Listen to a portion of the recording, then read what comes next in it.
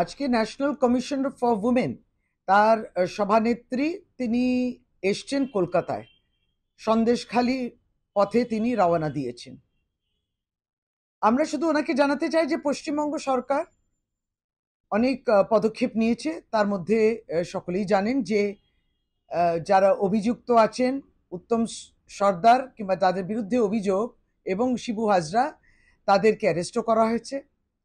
আরও 17 জনকে অ্যারেস্ট করা হয়েছে এবং গ্রামবাসীদের যে অভিযোগ ছিল সেই অভিযোগ পরিপ্রেক্ষিতে রাজ্য সরকার পক্ষ থেকে ক্যাম্পগুলো আরম্ভ হয়েছে, যে কোথায় জমি নিয়ে, ভেড়ি নিয়ে সমস্যা যেগুলো, সেখানে একবারই সরকার পক্ষ থেকে বিডিও বাড়ি বাড়ি যাচ্ছেন, অভিযোগগুলো তুলে নিচ্ছেন।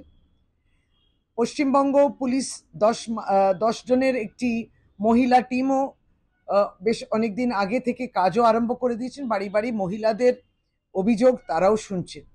এই কাজগুলো হয়েছে, সেটা ন্যাশনাল কমিশন ফর উমেনের সভানেত্রী জানা প্রয়োজন যে এই রাজ্যে মহিলার উপরে কোনো অত্যাচার, নির্যাতন এই অভিযোগ এলে কিন্তু তৎপর এই রাজ্য।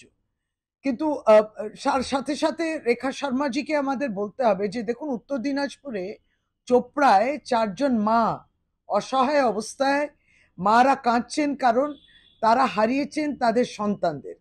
এই সন্তানরা বিএসএফ, বর্ডার সিকিউরিটি ফোর্স, একটা নালা ওই অবৈধভাবে তৈরি করছিল, সেই নালাতে তারা পড়ে গেলেন এবং তাদের মৃত্যু হয়েছে। এটা সম্পূর্ণটা বিএসএফ, বর্ডার সিকিউরিটি ফোর্সের গাফিলতির জন্য। 4টি শিশুর প্রাণ, সেই মায়ের কথা ভাবতে হবে তো রেখা শর্মাজিকে।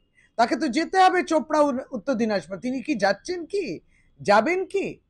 দেখুন, গতকাল সে আর্তনাদ, সে শোনা যায় না, দেখা যায় না। মধ্যপ্রদেশে একটা অন্তঃসত্ত্বা মা এবং তার উপরে পৈশাচিকভাবে অত্যাচার করে একেবারে ধর্ষণ করেছেন যারা, এবং তাকে জ্বালানোর চেষ্টা। এটা মধ্যপ্রদেশের ঘটনা। ডাবল ইঞ্জিন সরকার, সেই সরকার কি পদক্ষেপ নিয়েছে?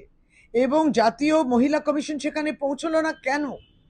জাতীয় মহিলা কমিশন যখন মণিপুরে সেই মহিলাদের নগ্ন অবস্থায় সেইভাবে সেই চিত্রটা যখন আমাদের সামনে আসে, ভারতবর্ষ কেঁপে উঠল।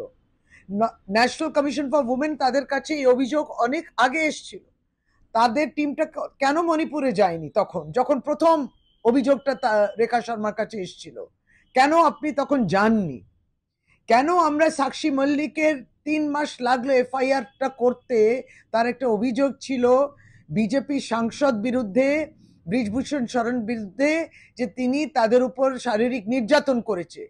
তখন জাতীয় মহিলা কমিশন কোথায় ছিল? কেন যাচ্ছেন না? এইগুলো তো আপনাকে শুনতে হবে এবং আপনাকে তো তৎক্ষণিক পৌঁছে যেতে হবে, সমবেদনা জানাতে হবে। মহিলাদের উপরে সারা ভারতবর্ষে এই যে চলছে, বাংলায় হলে আপনি ছুটে আসেন, আসুন, কিন্তু সর্বত্র অন্য জায়গা কেন যাচ্ছেন না? আমরা তো এটাই প্রশ্ন করব যে একটি রাজনৈতিক দল বিজেপি মা শারদাকেও ছাড়েনি। মা শারদাকে আমরা পুজো করি, তাকে নিয়েও কার্টুন এবং ক্যারিকেচার করেছে। এবং এইটা আপনার নজরে এসছে কি রেখা শর্মাজি? এটা নিয়েও আপনার বলতে হবে। আপনি তো মহিলাদের জন্য লড়ার চেষ্টা করছেন। তো তাহলে এই প্রশ্ন রইল, আমরা জবাবের অপেক্ষায় রইলাম।